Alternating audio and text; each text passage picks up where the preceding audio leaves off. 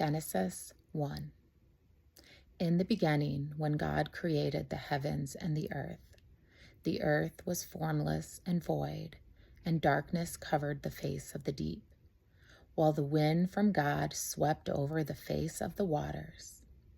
Then God said, "Let there be light," and there was light. And God saw the light was good, and God separated the light from the darkness. God called the light day, and the darkness he called night. And there was evening, and there was morning, the first day.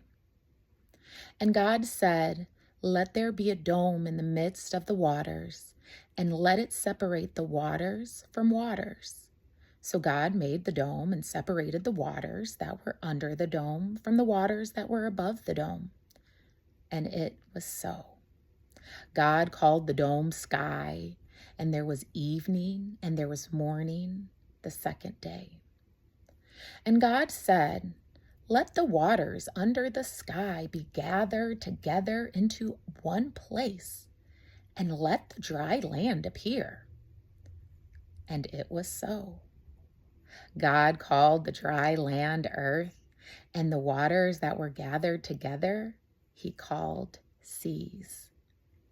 And God saw that it was good. Then God said, "Let the earth put forth vegetation, plants yielding seed, and fruit trees of every kind on earth that bear fruit with the seed in it." And it was so. The earth brought forth vegetation, plants yielding seed of every kind, and trees of every kind bearing fruit with seed in it. And God saw it was good. And there was evening, and there was morning, the third day. And God said, "Let there be lights in the dome of the sky to separate the day from the night. And let them be for signs, and for seasons, and for days, and for years. And let them be lights in the dome of the sky to give light upon the earth." And it was so. God made the two great lights, the greater light to rule the day, and the lesser light to rule the night, and the stars. God set them in the dome of the sky to give light upon the earth, to rule over the day and over the night, and to separate the light from the darkness. And God saw that it was good. And there was evening, and there was morning, the fourth day. And God said, "Let the waters bring forth swarms of living creatures, and let the birds fly above the earth across the dome of the sky." So God created the sea monsters and every living creature that moves, and every kind with which the waters swarm, and every winged bird of every kind. And God saw that it was good.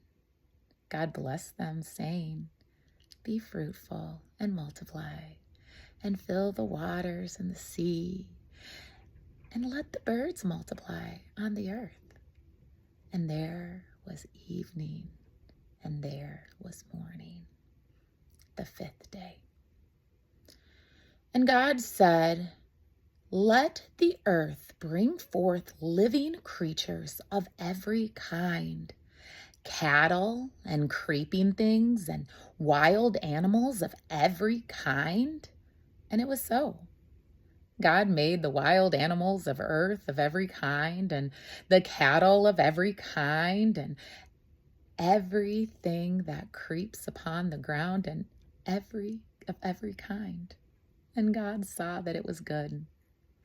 Then God said, "Let us make humankind in our image, according to our likeness, and let them have dominion over the fish of the sea, and over the birds of the air, and over the cattle, and over all the wild animals of the earth, and over every creeping thing that creeps upon the earth.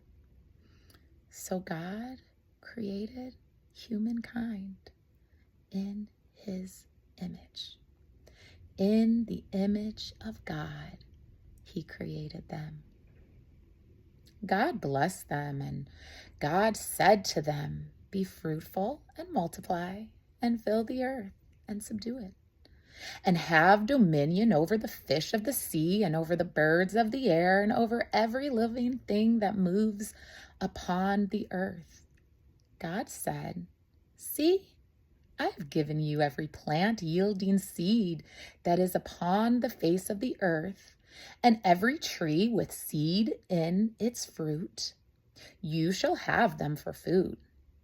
And to every beast of the earth, and to every bird of the air, and to everything that creeps on the earth, everything that has breath of life, I have given every green plant for food."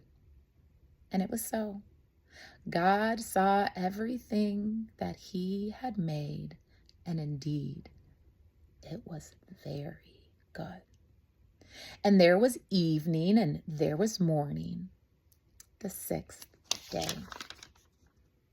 Thus the heavens and the earth were finished, and all of their multitude.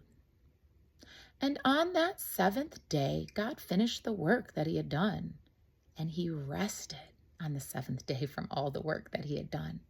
So God blessed the seventh day and hallowed it, because on it God rested from all work that he had done in creation. These are the generations of the heavens and the earth when they were created.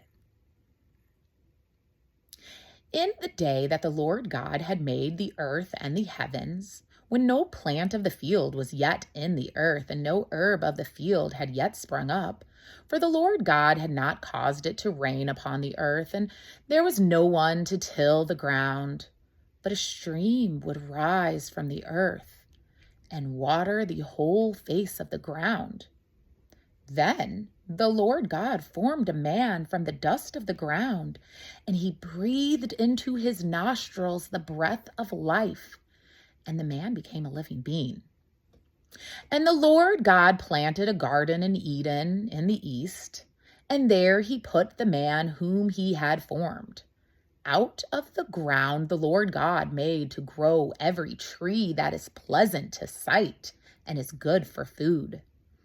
The tree of life also in the midst of the garden, and the tree of the knowledge of good and evil. A river flows out of Eden to water the garden, and from there it divides and becomes 4 branches. The name of the first is Pishon. It is the one that flows around the whole land of Havalia, where there is gold. And the gold of that land is good. Bedlam and onyx stone are there.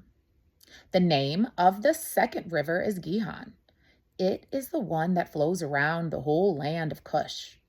The name of the third river is Tigris, which flows east of Assyria. And the fourth river is Euphrates. The Lord God took the man and put him in the Garden of Eden to till and to keep it. And the Lord God commanded the man, "You may freely eat of every tree in the garden, but the tree of the knowledge of good and evil you shall not eat, for in the day that you eat of it, you shall die." Then the Lord God said, "It is not good that man should be alone. I will make him a helper as his partner." So out of the ground the Lord God formed every animal of the field and every bird of the air, and brought them to the man to see what he would call them. And whatever the man called every living creature, that was its name. The man gave names to all the cattle, and to the birds of the air, and to the animals of the field. But for the man, there was not found a helper as his partner. So the Lord God caused a deep sleep to fall upon the man, and he slept. Then he took one of his ribs and he closed it up in its place with flesh. And the rib that the Lord God had taken from the man, he made into a woman and brought her to the man. Then the man said, "This at last is bone of my bone and flesh of my flesh. This one shall be called woman, for out of man this one was taken." Therefore, a man leaves his father and his mother and clings to his wife, and they become one flesh. And the man and his wife were both naked and were not ashamed.